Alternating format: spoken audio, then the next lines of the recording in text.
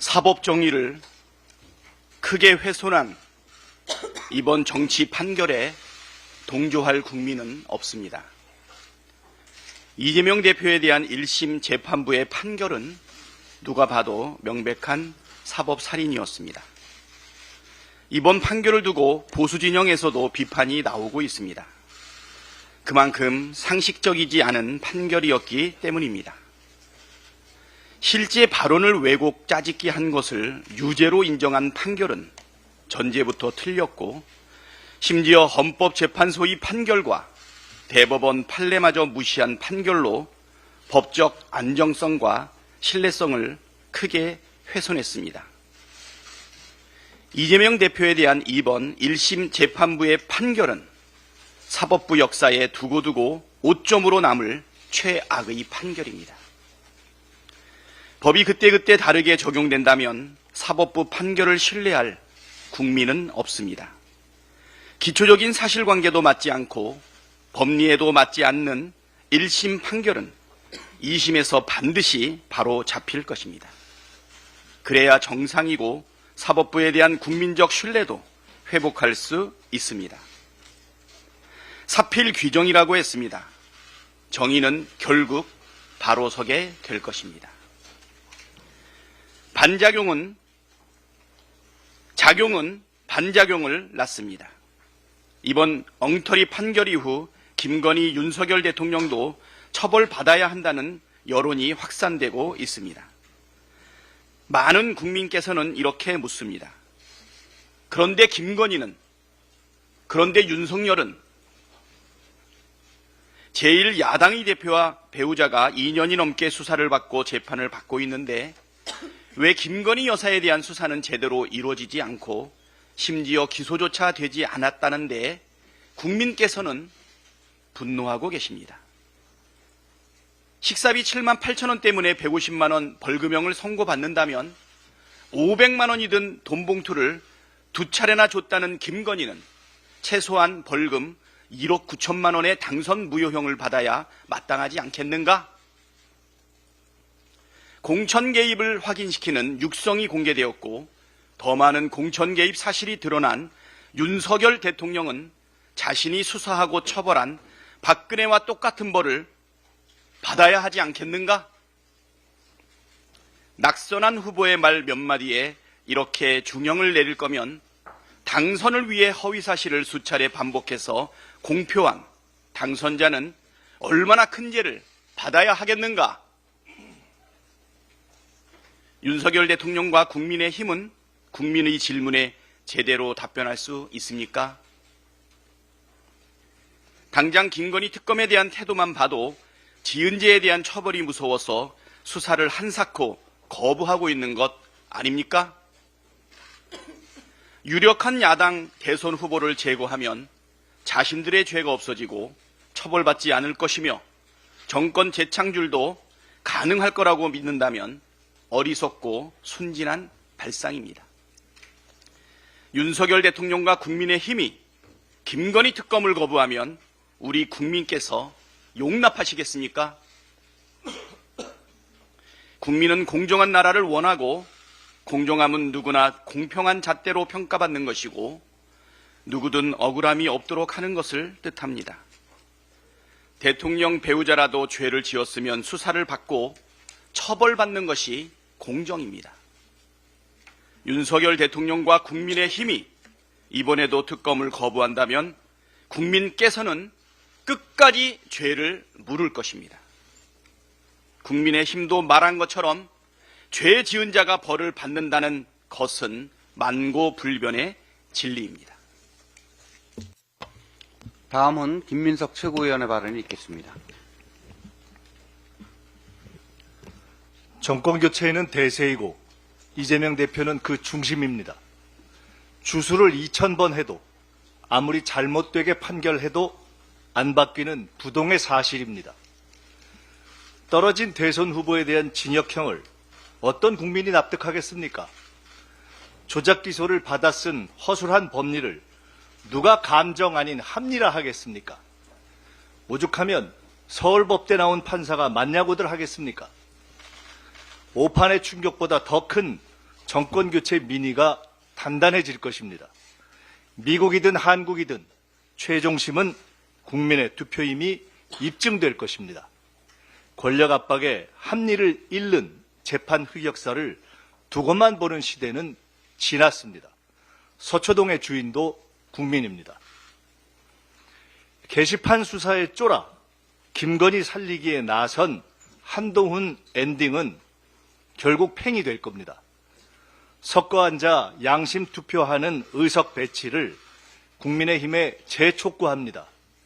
여사농단에 눈 감고는 나라도 보수도 미래가 없습니다. 대북전단을 또 방치해 남북 긴장을 다시 증폭하는 정권은 정말 미쳤습니다. 김건희 살리자고 불장난을 마다 않는 범죄 집단입니다. 김건희 이슈를 덮겠다고 범죄 집단입니다.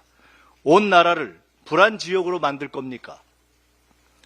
김건희 이슈를 덮겠다고 국민 안전을 볼모 삼는 무능 충성 충안파 국방장관은 분쟁 저지와 국민 안전의 보호막이 아닌 걸림돌입니다. 어떤 내치보다 국민 안전이 우선입니다. 위헌과 위법, 무능의 사유가 너무 많습니다. 국방위원들과 함께 국방장관 탄핵 사유 점검에 들어가겠습니다. 다음은 전현희 최고위원의 발언이 있겠습니다. 2025년 11월 15일은 대한민국의 사법 정의가 죽은 날입니다. 이재명 대표는 무죄입니다. 이재명 대표를 죽여야 자신들이 산다는 윤건희 국힘 정권과 정치검찰이 한몸이 되어 조작수사, 억지 기소한 사건이었습니다. 검찰의 조작수사 내용을 그대로 인정하고 처음부터 유죄 결론을 내리고 짜맞추기 한 사법살인 정치 판결입니다. 자력으로 정권 재창출이 불가능한 윤건희 국힘 정권이 최고의 걸림돌인 이재명 대표 죽이기에 정치검찰의 동원에 이어서 대한민국의 사법 정의마저 말살하고 있습니다. 이미 무너진 법논리에 또다시 법논리와 법률을 얘기하는 것은 의미가 없는 것 아닌가 하는 생각마저 듭니다. 그러나 왜 이 판결이 법치를 무너뜨린 터무니없는 판결인지를 정확히 짚고 국민과 함께 앞으로 싸워나가야 된다 생각합니다. 명백한 사실관계 오인과 잘못된 법리 판단에 대해서 제대로 한번 짚어보겠습니다. PPT를 봐주십시오. 이번에 1심 판결에서 두 가지 사안에 대해서 유죄 판결을 했습니다. 첫 번째로 이재명 대표가 골프를 치지 않았다라고 부인했다. 이것이 허위사실이다. 이렇게 판시를 했습니다. 내용을 보시면 그러나 실제는 지금 사진에 나타났다시피 10명의 여행지 사진이 있습니다. 이 사진을 국힘의 박수영 의원이 오련해서 짜집기 편집을 해서 조작을 합니다. 그래서 이재명 대표의 실제의 발언은 10명의 단체 사진 중에서 4명의 사진을 오려내어서 사진을 조작하였다라는 취지의 발언이 실제 발언입니다. 그런데 법원은 이 발언을 가지고 김문기와 골프를 치지 않았다라는 발언으로 해석합니다. 명백히 다른 발언이라는 것을 삼척동자도 알 수 있습니다. 이것은 대법원의 기존에 확립된 유추해석 금지 원칙에 위배한 위법적인 판단입니다.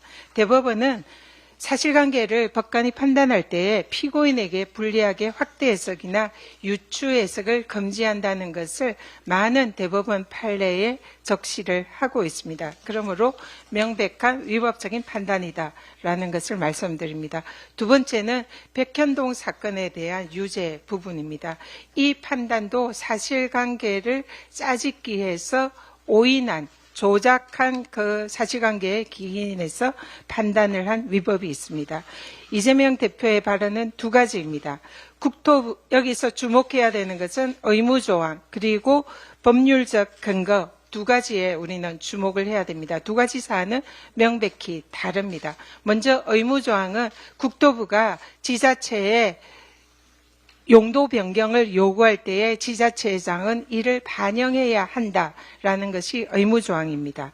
그래서 이재명 대표가 국토부가 의무조항을 근거로 반영을 하지 않으면 직무유기라는 협박이 있었다. 그러나 깨를 내어서 여기에 대해서 반영을 해도 전체 반영을 할 필요가 없고 일부 반영만 해주는 식으로 대응을 해서 결국은 용도 변경을 해주지 않았다라고 발언합니다. 그리고 두 번째로 이것은 앞부분은 5개 공공기관 부지 이전과 관련된 사안인데요. 그중에서 식품연구원에 대해서는 이후에 국토부가 다시 공문을 보냅니다. 공문을 3번이나 보내는데요. 이 공문에는 분명하게 법률적인 근거를 명시해서 보냅니다. 그래서 이재명 대표는 이 부분에 대해서 국토부가 법률상인 요구를 했기 때문에 어쩔 수 없이 용도 변경을 해주었다라고 발언합니다. 그러나 이번에 법원이 판시한 것은 이 두 가지 발언을 짜집게 한 것입니다. 국토부가 의무조항을 근거로 직무유기라고 협박을 해서 용도 변경을 해주었다입니다. 이것은 누구나 보더라도 발언을 짜집기 했고 사실과 다른 법원이 조작된 사실관계를 근거해서 판단한 것을 알 수 있습니다. 당시에 식품연구원에 국토부가 보낸 공문을 보시면 이재명 식품연구원에 대해서 국토부는 근거 법률인 국가균형발전법, 혁신도시건설법을 명시를 했습니다. 그리고 이 법에 따라서 용도 변경을 하라는 요구를 했습니다. 그렇기 때문에 이재명 대표는 의무사항이 아닌 법률상 요구이기 때문에 용도 변경을 해준 것입니다.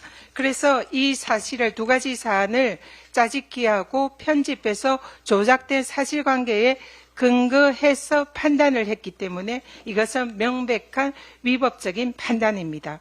그럼 대법원 판결도 마찬가지로 표현한 사실이 진실과 약간 차이가 있거나 다소 과장된 표현이 있다 하더라도 피고인이 그것을 허위사실 공표를 한 것이라고 볼 수 없다라고 판시하고 있습니다. 대법원 판결에 의해서도 이것은 유추해석 금지 원칙이나 발언의 목적을 추론해서 그 의미를 해석하는 것은 명백한 위법임을 알 수 있습니다. 마지막으로 헌법재판소에 의해서도 판결에 의해서도 이 판결은 명백히 위법입니다. 공직선거법은 후보자의 행위를 처벌하고 있습니다. 헌법재판소도 후보자의 행위이지 제3자의 행위는 처벌 대상이 아니다라고 판시하고 있습니다. 그리고 모든 행위를 처벌하는 것이 아니라 후보자의 자질, 성품, 능력과 관련되어 있는 사안에 대해서만 처벌 대상으로 하고 있습니다. 이 사안은 현재 판결 취지에도 완벽하게 위반되는 판결입니다. 국토부로부터 협박을 받았다라는 것은 국토부의 협박, 즉 제3자의 행위입니다. 제3자의 행위는 앞에서 살펴본 바와 같이 처벌 대상이 아닙니다. 그렇기 때문에 이 사안의 법원 판결은 명백히 헌법재판소 판례 그리고 대법원 판례에 의해서도 명백한 무죄라는 것을 알 수 있습니다. 그리고 양형도 매우 부당합니다. 20대 총선, 21대 총선 때 선거법 위반 사례로 처벌된 사례를 전체 다 전수조사를 해봤습니다. 그랬더니 이 허위사실 공표로 징역형을 판시한 사례는 단 한 건입니다. 모두 무죄 내지 벌금형이 선고되었습니다. 징역형으로 판결 선고된 사안도 부당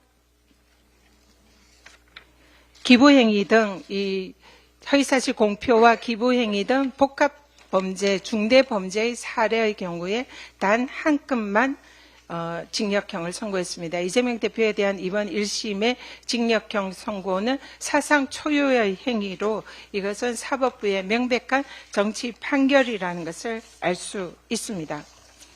이재명을 죽이겠다고 없는 죄를 만들어서 조작 수사, 억지 기소한 윤석열 정권의 정치검찰, 이에 화답한 1심 판결에게 답을 하겠습니다.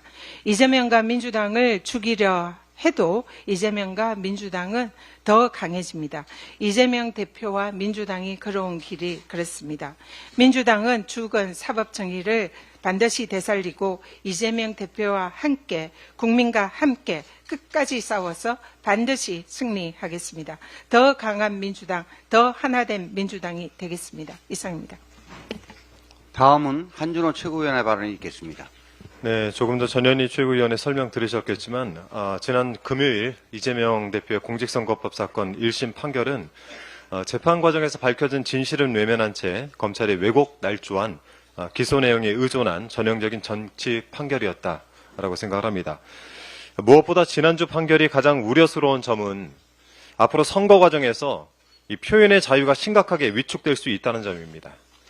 우리 대법원은 일찍이 선거를 전후해서 후보자 발언을 문제 삼아 고소 고발이 이어지고 이로 인하여 수사권의 개입이 처리된다면 필연적으로 수사권 행사의 중립성에 대한 논란을 피할 수 없을 뿐만 아니라 선거 결과가 최종적으로 검찰과 법원의 사법적 판단에 좌우될 위험에 처해짐으로써 국민의 자유로운 의사로 대표자를 선출한다는 이 민주주의의 이념이 훼손될 우려가 있다라고 판시한 바 있습니다. 후보자의 발언을 손쉽게 처벌하는 것은 민주주의를 질식시키고 국민 주권을 실현하는 선거운동의 자유 또한 질곡에 빠뜨릴 수 있다는 우려가 반영된 판단이었습니다. 지난주 판결은 이러한 대법원의 입장과도 배치됩니다.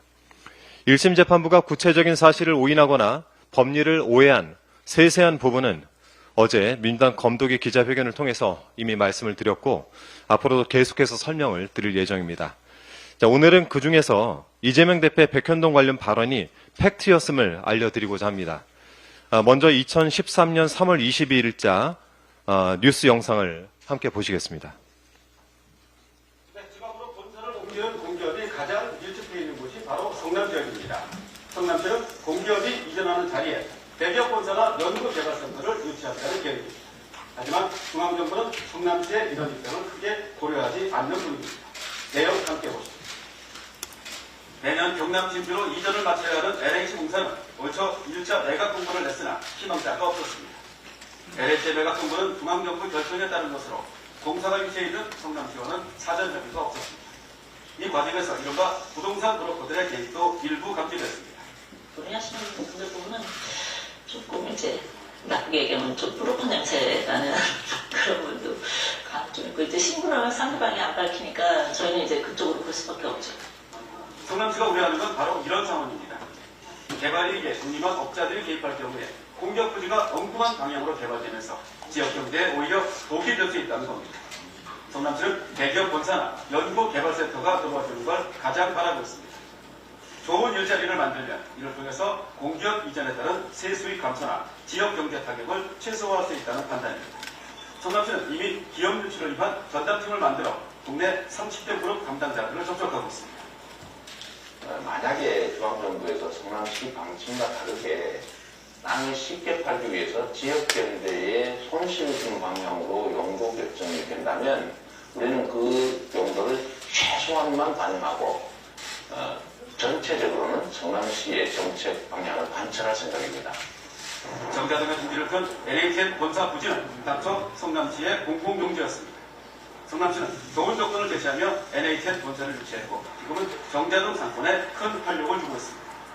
바로 이렇게 공기업 부지를 활용한다는 게 성남시의 방침입니다.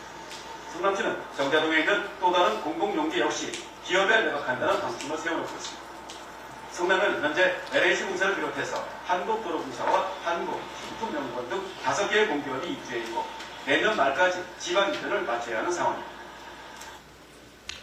네, 방금 보신 내용은 저희가 검찰독재대책위원회 페이지에다 올려놓도록 하겠습니다. 자, 2013년 당시 뉴스에서는 지방으로 본사를 옮기는 공기업이 가장 밀집해 있는 곳이 바로 성남 지역인데 성남시는 공기업이 이전하는 자리에 대기업 본사나 연구개발센터를 유치한다는 계획이었습니다. 하지만 당시 박근혜 정부는 성남시의 이런 입장을 크게 고려하지 않는다라고 보도를 합니다.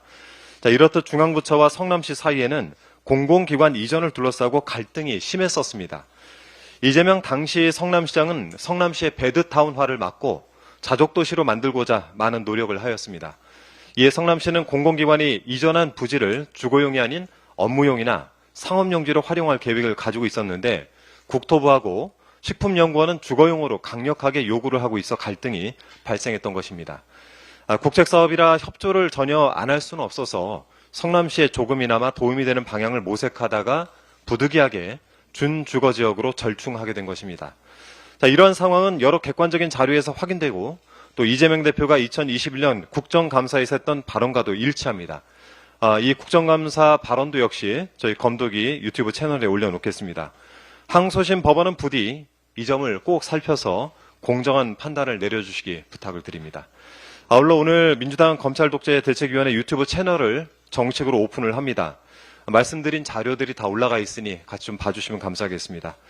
민주주의를 위협하는 윤석열 정권 정치검찰의 실상을 국민 여러분께 낱낱이 밝히는데 최선을 다하겠습니다. 이상입니다. 예, 다음은 김명수 최고위원의 발언이 있겠습니다. 네, 저도 한마디 하겠습니다. 지난 15일 선고한 이재명 대표에 대한 1심 법원의 판결은 정치검찰의 무리한 수사를 무비판적으로 받아들인 결과입니다. 명백한 사법살인입니다. 국민법정에서는 무죄라고 생각합니다. 먼저 김문기 관련 부분입니다. 국민의힘의 한 의원은 2021년 12월 페이스북에 단체 사진 중 일부를 떼내어 이재명 대표가 골프를 친 사진인 것처럼 조작했습니다. 이 대표는 그 사실을 말했을 뿐입니다. 골프를 치지 않았다고 한 적이 없습니다. 그러나 검찰은 골프를 치지 않았다는 거짓말이라며 기소했습니다. 재판부는 이를 그대로 인정했습니다. 명백히 잘못된 판결입니다. 대법원 판결에 따르면은 말한 내용 그대로 인정해야지 그 말을 한 주관적인 사정이나 목적을 함부로 추측해서 그 의미를 확장 해석하는 것은 금지됩니다. 그러나 이번 재판부는 바른 의도를 추측해 하지도 않은 말을 한 것으로 인정했습니다. 백현동 부분입니다. 이 대표는 5개 공공기관 부지에 대해 공공기관 이전 특별법 의무조항을 가지고 용도 변경을 안 해주면 문제 삼겠다고 협박받았지만 의무조항을 무력화하는 아이디어로 버텼다고 했습니다. 조금 전 영상에서도 그러한 내용들이 잘 나오고 있습니다. 이후 식품연구원 부지에 대해서만 국토부가 별도로 공문을 보내 용도 변경을 요구했는데 이는 법률에 의한 요구라고 용도 변경을 해줬다고 법률에 의한 요구라서 용도 변경을 해줬다고 설명했습니다. 이에 대해 검찰은 의무조항 때문에 용도 변경을 해줬다. 국토부에게 협박당했다는 거짓말을 했다며 기소했고 재판부는 이를 그대로 인정했습니다. 그러나 이는 사실과 다릅니다. 이 대표는 의무조항과 법률에 의한 요구를 분리해 말했습니다. 의무조항 때문에 용도 변경을 해줬다라고 말한 적은 없습니다.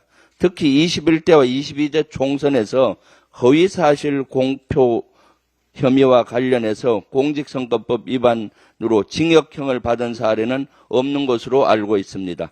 대부분이 무죄이거나 벌금형이었습니다. 이번 판결이 얼마나 이례적이고 불공정한지를 보여주는 것입니다. 결과적으로 정치검찰의 무리한 수사를 무비판적으로 받아들인 사법살인 판결이라는 점을 거듭 밝힙니다. 윤석열 대통령의 부적절한 골프 의혹을 단독 보도한 언론사 기자가 대통령 경호처 직원들에게 휴대전화를 빼앗기고 경찰에 입건된 사실이 뒤늦게 알려졌습니다. 태릉 골프장 앞은 일반인에게 공개된 장소입니다. 당시에도 단풍나무를 찍으려는 시민들이 자유롭게 통행했던 것으로 알려졌습니다. 휴대전화를 빼앗을 이유도 입건할 이유도 없어 보입니다. 그런데 영장도 없이 휴대전화를 빼앗았습니다. 역시나 입틀막 경호처다운 반민주적 대응입니다. 대통령실은 합법적 취재에 대한 적반하장식 과잉 대응을 할 게 아니라 국군 장병들에게 골프 금지령이 떨어진 한미연합훈련 기간에 국군 통수권자로서 골프 친 이유가 무엇인지를 밝히기 바랍니다. 이상입니다. 다음은 이현주 최고위원의 발언이 있겠습니다.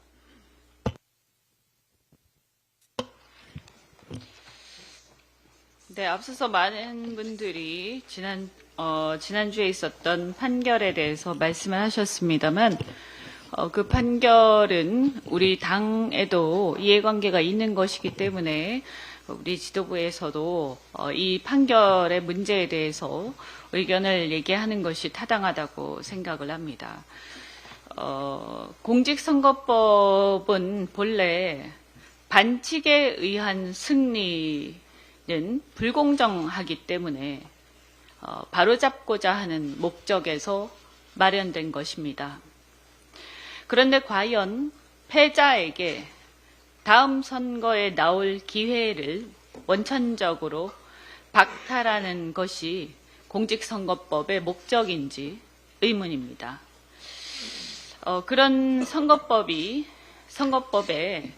그 본질적 목적에 비추어 볼 때 패자에게 과연 바로잡아야 할 반칙이 있는지 의문이라는 것이죠. 나아가 패자에게도 그렇지만 당에 보전금을 물어내도록 하는 것도 역시 마찬가지입니다.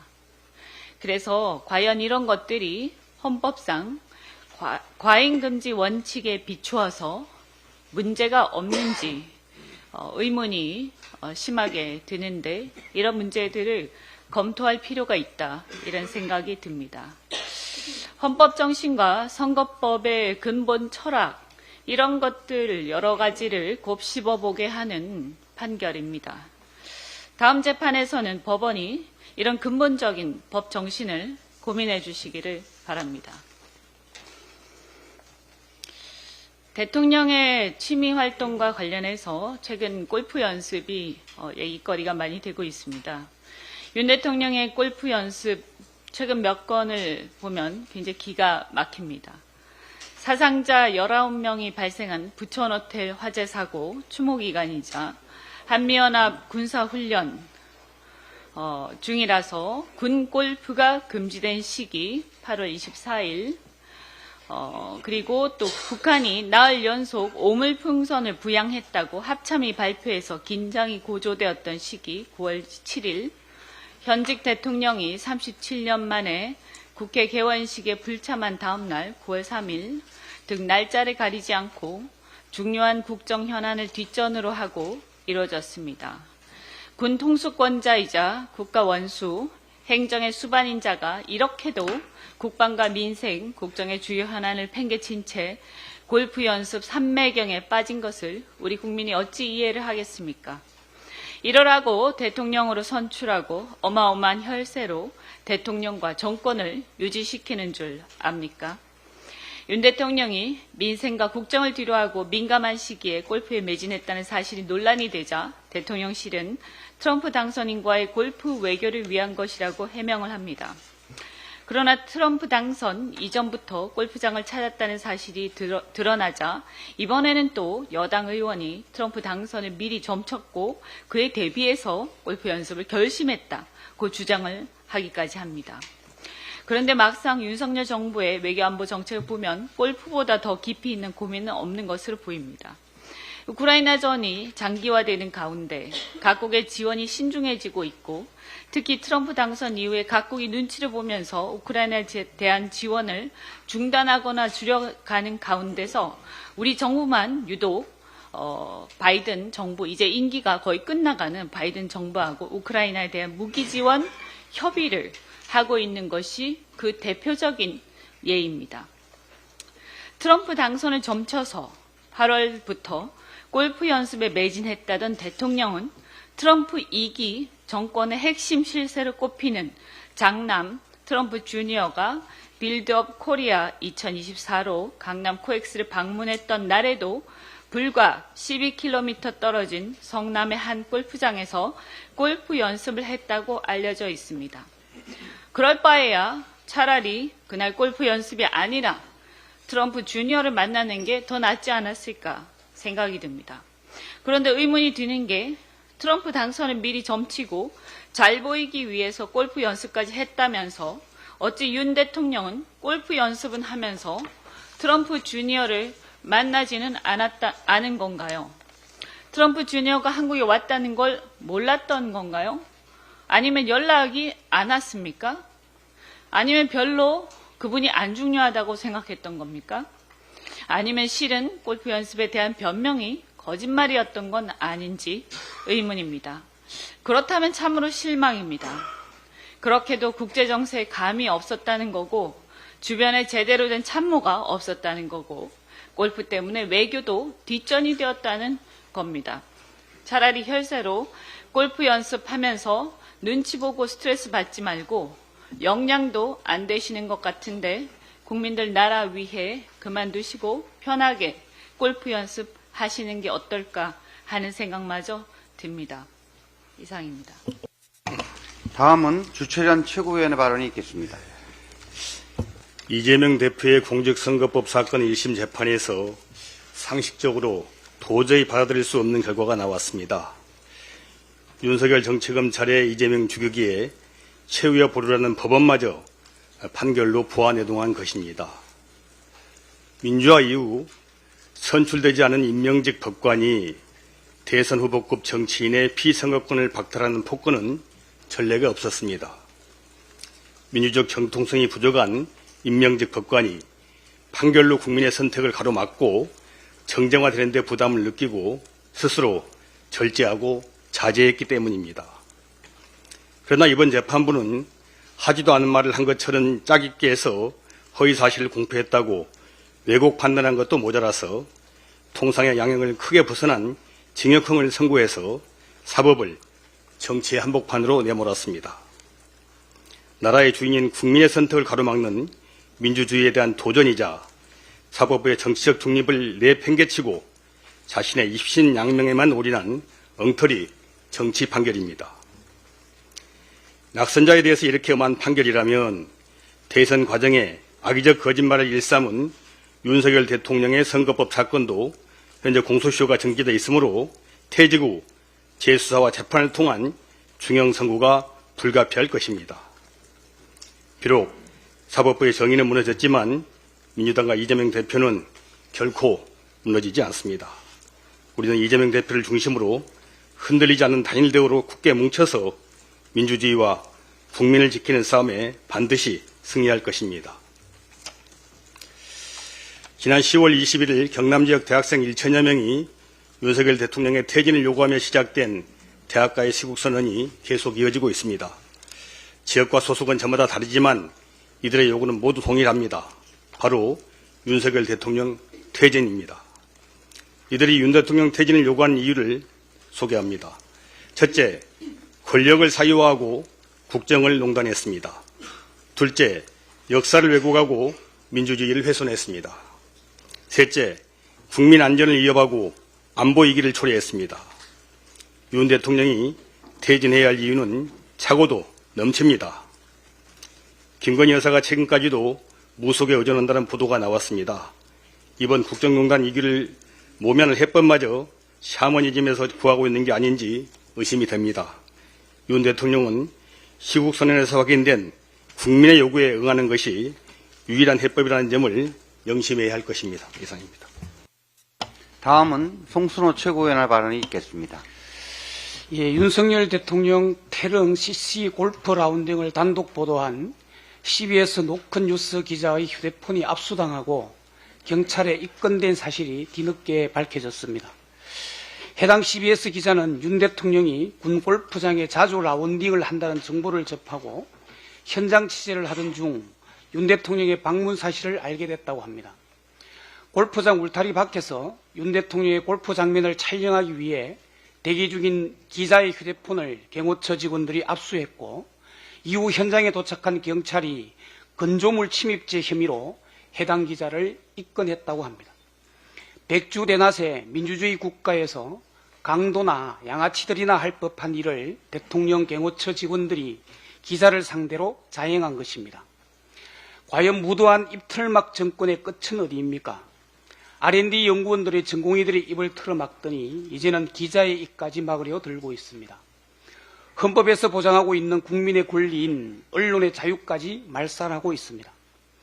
대통령실은 트럼프 미국 대통령 당선인과의 라운딩 준비를 위해 윤 대통령이 8년 만에 골프채를 잡았다고 거짓 해명을 내놓았습니다.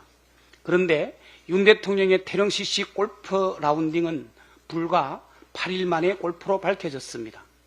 저는 지난 13일 최고위 모두 발언에서 8년과 8일을 구분 못하는 대통령실의 해명을 개소리라고 규정하며 윤 대통령의 하야를 촉구한 바 있습니다. 대통령실과 경찰은 윤석열 대통령을 개소리 정권이라고 폭로한 민주당 최고위원 저 송순우의 입도 틀어막고 입건하기 바랍니다.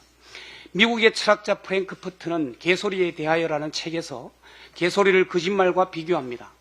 거짓말은 최소한 진실을 염두에 두고 있지만 개소리는 거짓도 진실도 의미 두지 않고 그냥 싸지르고 부는 소리입니다. 대통령실의 거짓말은 대통령의 거짓말입니다. 거짓말이 습관이 된 대통령실과 대통령, 거짓말은 또 다른 거짓말을 낳게 되는 바 대통령실과 대통령은 앞으로도 계속해서 개소리를 해댈 것입니다. 거짓말 정권, 개소리 정권에게 더 이상 국민의 권한을 위임할 수는 없습니다. 모든 권력은 국민으로부터 나옵니다. 민주공화 중에 제1원칙입니다. 윤 대통령에 위임한 국민의 권한, 이제 해소할 때가 됐습니다. 저는 줄곧 윤 대통령 하야를 주장했습니다.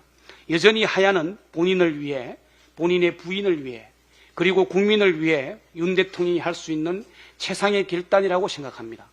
하지만 하야가 안 된다면 탄핵과 임기 단축 개헌 등 할 수 있는 모든 방안을 강구해야 합니다. 목표는 오직 하나, 검찰 독재 정권, 윤석열 정권을 하루라도 빨리 끝내는 것입니다. 물질의 상태가 바뀌는 점을 임계점이라 합니다. 물은 일기압하에서 100도씨에서 끓습니다. 액체에서 수증기로 물질의 상태가 바뀌는 지점 100도씨가 물의 임계점입니다. 윤석열 탄핵이든 윤석열 하야든 윤석열 임기 단축 개헌이든 그러기 위해선 민심의 임계점을 지나야 합니다. 민심은 끓고 있습니다. 민심의 100도씨는 김건희 특검입니다. 특검만이 정답입니다. 김건희 특검 국민의 명령입니다. 이상입니다. 끝으로 이재명 당대표님의 발언이 있겠습니다. 네. 한반도에 전쟁 위기가 점점 고조되고 있습니다. 국민의 생명과 안전을 지키는 것이 국가의 제1책무인데 점점 온 국민을 위기에 빠뜨릴 전쟁의 위기 속으로 대한민국이 밀려 들어가고 있습니다. 대통령이 이 국정을 함에 있어서 국민의 생명을 지키는 일, 한반도의 평화를 지키는 일에 좀 더 관심 가져야 합니다. 주변 친인척 측근들의 범죄를 은폐하는 데 주력할 때가 아니다. 이 말씀을 드립니다. 지금 대한민국 주가가 전쟁을 하고 있는 러시아를 빼면은 가장 많이 떨어졌다고 합니다. 다른 나라들은 주가가 오르고 있는데 떨어지는 것도 모자라서 전쟁하고 있는 러시아보다 만큼이나 가까이 떨어지고 있다는 거, 이거 심각합니다. 외국인 주식 보유 비중이 올해 최저로 떨어졌다고 합니다. 외국인들이 한국 주식을 버리고 있다는 뜻인데 이런 상태에서 한국 주가가 또 대한민국 경제가 살아날 수 있겠습니까? 근본적인 정책 전환이 필요하다, 이 말씀을 드립니다. 정치의 궁극적 주체는 국민입니다. 민주공화국의 주인은 바로 대통령도 아니고 국회의원도 아니고 그들을 선출하는 주권자인 국민들입니다. 주권자 국민들이 이 나라 법 질서의 회복을 바라고 있습니다. 질서 유지의 최후 보루라고 할 검찰이 검찰권을 남용하고 또 범죄를 은폐하고 불공정한 권한 행사로 국가 질서를 어지럽히고 있습니다. 검찰이 제대로 하지 못하면 특별검사를 임명해서 그 훼손되는 법 절차를, 법 질서를 지켜내야 하는 것 너무 당연합니다. 이번 특검은 반드시 통과되어야 합니다. 대통령의 거부권 행사가 예상이 됩니다. 그러나 이 나라는 대통령 혼자의 것이 아닙니다. 국민의 압도적 다수가 특검을 바라고 있기 때문에 이 나라 주권자의 뜻에 따라서 특검이 반드시 실현될 수 있도록 최선을 다하겠습니다. 이상으로 회의를 마치겠습니다.